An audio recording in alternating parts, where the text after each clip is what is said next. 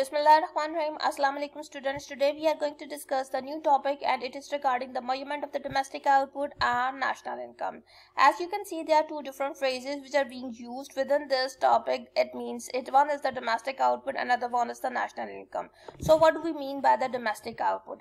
Domestic output, it is the production of all the goods and services within the premises of the Pakistan or locally. So the value of all the goods and the services which is being produced within the premises of the Pakistan, that represents the domestic output. And what do you mean by the national income? So by national income we mean that all the income which is being earned by the national resources. And what are the different national resources do we have? They are the Pakistani land, Pakistani labor and Pakistani capital. So all the income which is being earned by the Pakistani land, labor and capital, whether they are employed in the Pakistan or outside the Pakistan, they are the part of the national income. So in this chapter we are going to discuss that what do you mean by the domestic output and the national income, and how can we differentiate and how can we calculate the domestic output and the national income. So domestic output is being used to assess the economy's performance. So national income accounting measures the economy's performance by measuring the flows of the income and expenditures over the period of time.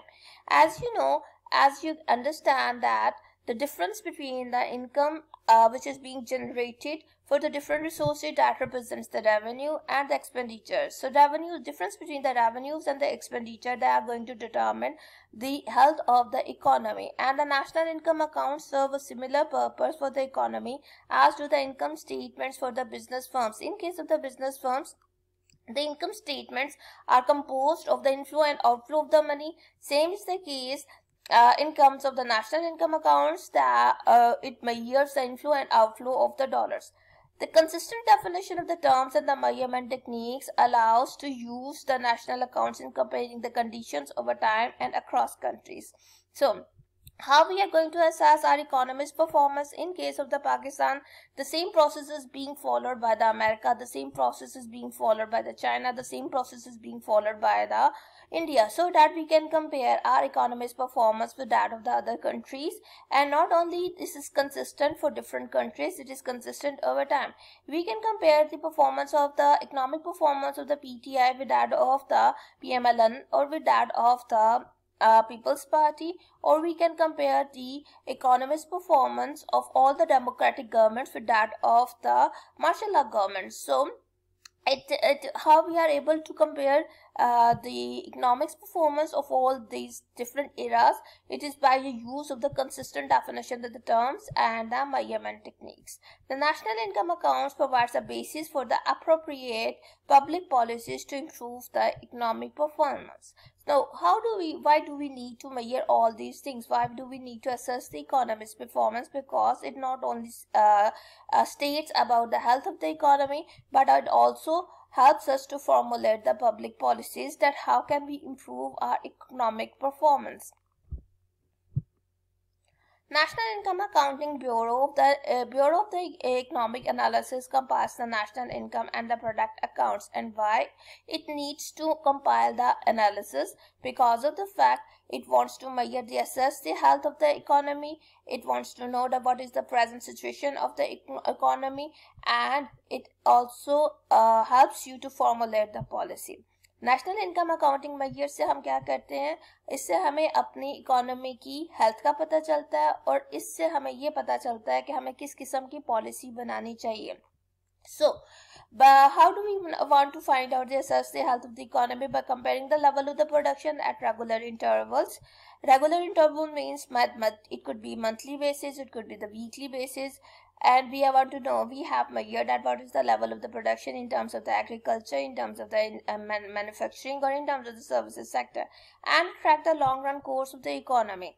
So we could have our record of the economy starting from the 1947 towards that of the 2020, that how our economy has been moved towards this course of the economy to see whether it has grown, been constant, or been declined. So we can compare that starting from the 1947 towards the long time period of the 2020 we can find out that whether our economy's performance has grown, it has been constant or it has been declined.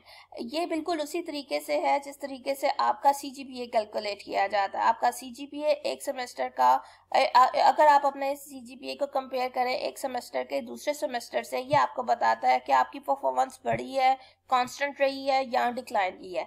Same is the case of the national income accounting measures. ये हमें ये बताता है कि हमारी economic performance बढ़ी है, हमारी इकोनॉमिक परफॉर्मेंस कांस्टेंट रही है या ये डिक्लाइन हुई है.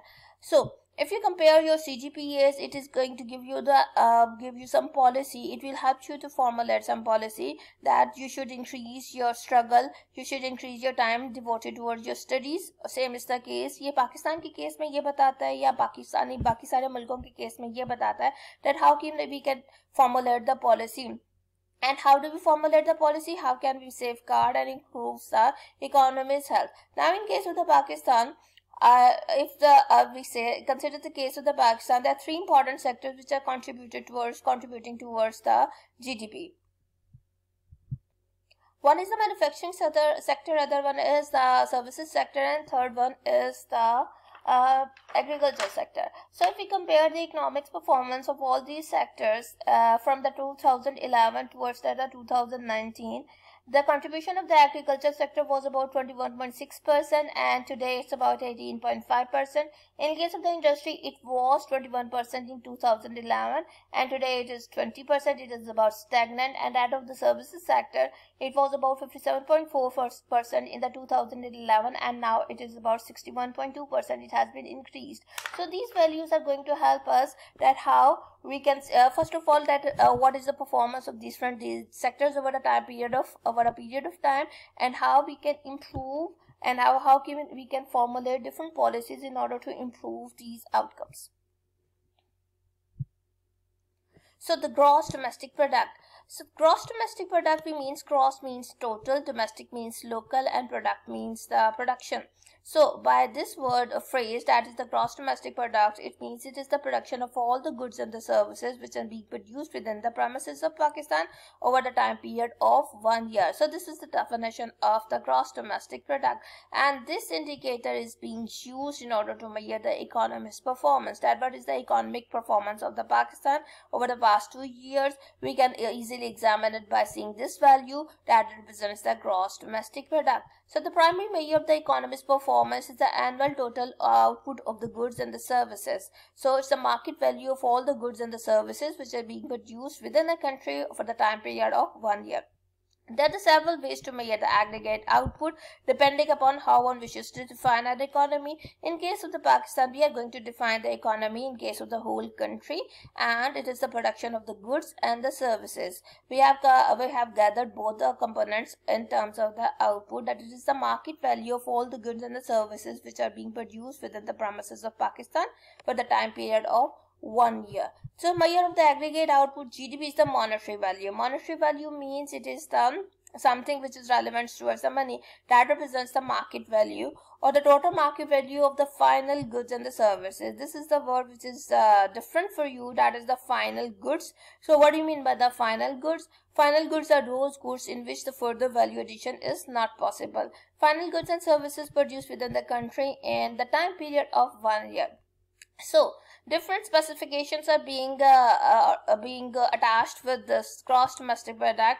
One is the production of goods and services, and that is the market value of goods and services. And where those goods and services are being produced, they are produced within the premises of Pakistan. And what do you mean by the gross? That represents the total. So ये है पाकिस्तान के अंदर produce होने वाली हर goods और services की market value है और उसका टोटल है, और किस अरसे के अंदर वो चीज प्रोड्यूस हुई है, that is the time period of the 1 year. GDP is the value of the what has been produced in the economy over the year, not what was actually sold. So in terms of the measurement of the GDP, we are concerned with that of the production, not that of the consumption. So we should confine ourselves towards that of the point of view of the production, that what has been produced within the premises of the Pakistan, not what was consumed. But because of the fact, in case of the consumption, we consume a lot of the things which are not produced within the Pakistan. Actually, those are the imported goods. So monetary values are being attached within the measurement of the GDP. Why do we attach the monetary value? Because the money valuation allows the summing of the apples and the oranges. Money act as the common denominator. It is because of the fact at one point of time, there are millions of goods and the services which are being produced within the premises of Pakistan. Then how can we say that what is the level, what is the value of the GDP? We have allotted the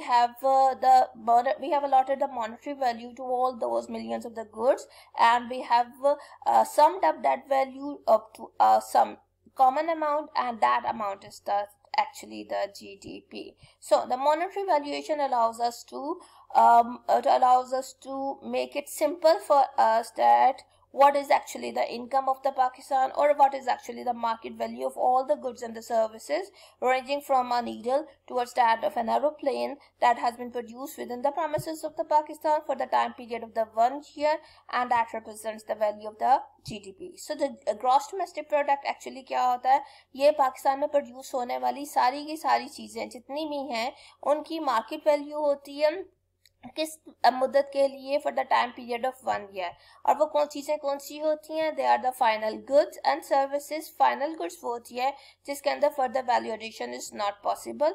हम इसके साथ monetary value क्यों attach करते हैं? It is because of the fact that ये हमें एक common denominator की तरह काम करता है, और ये हमें समिंग के लिए, मतलब कि एक चीज़ को सम अप करने के लिए हमें आसानी फराहम करता है. In order to evaluate or calculate the GDP, we have to avoid the multiple counting. Multiple counting means we have to add the market value for only the final goods, not the intermediate goods. If we add up the intermediate goods, that will going to add up that they are going to give the overestimation of the results, and those overestimated results will lead towards the flawed biased policies. And all the goods and the services produced in the particular year must be counted once and only once. If we are going to add the wheat in the accounts of the GDP once, and also the price of the flour again, then it means the wheat is the raw material which is being converted into the flour, and then we have to if we do this, it means we are over counting, we are multiple counting, that leads towards the overestimation of the result.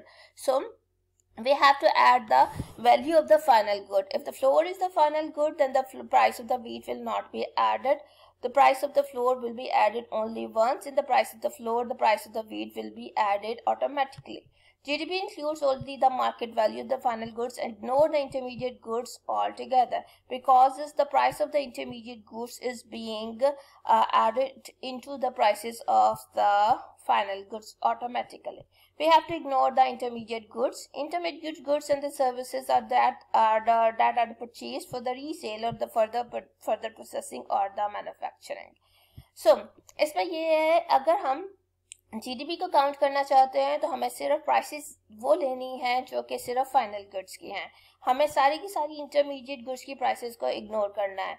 वजह क्या है? अगर हम intermediate goods की prices को भी डालेंगे, for example if we take the process of a stitching of shirt, तो ये प्रोसेस शुरू होता है from the purchase of the cotton, then the cotton is being processed in thread, then it is being processed in the cloth, फिर उसको die किया जाता है, फिर उसको स्टिच किया जाता है. अगर हम कॉटन की प्राइस भी डालेंगे, डाई की प्राइस भी डालेंगे, थ्रेड की प्राइस भी डालेंगे, स्टिचिंग की प्राइस भी डालेंगे, तो हमारे पास ओवर एस्टिमेशन हो जाएगी अपनी प्राइस की, जो कि एक शर्ट की है. अगर हम एक शर्ट की प्राइस लेंगे, एक्चुअल प्राइस जो कि मार्केट वैल्यू है, उसके अंदर कॉटन की प्राइस भी आ जाएगी, थ्रेड की भी आ जाएगी, डाई की भी आ जाएगी और स्टिचिंग की भी आ जाएगी. सो इसी वजह से हम सिर्फ फाइनल गुड्स की प्राइस लेते हैं, क्योंकि इसके अंदर आपकी इंटरमीडिएट गुड्स की prices are automatically included. So, what do you mean by the value addition? GDP includes only the final products and services. It avoids double or the multiple counting by eliminating any intermediate goods used in the production of these final goods or the services. We count only the value added. Value added means that if we convert a cotton into the thread, so the value addition of that process is being added only into that of the GDP, or we can take only the market value of the final good which is being produced by that product, that is only the shirt. We are going to add only that thing. So in case of the GDP, we have to avoid the multiple counting, we have to ignore the intermediate goods, and we have count only the value added. Because of the fact, if we are not going to avoid the multiple counting, it would lead towards the overestimation of the results, and the overestimated results are going to lead towards the biased policies, and where those policies would not be in favor of our country if they are formulated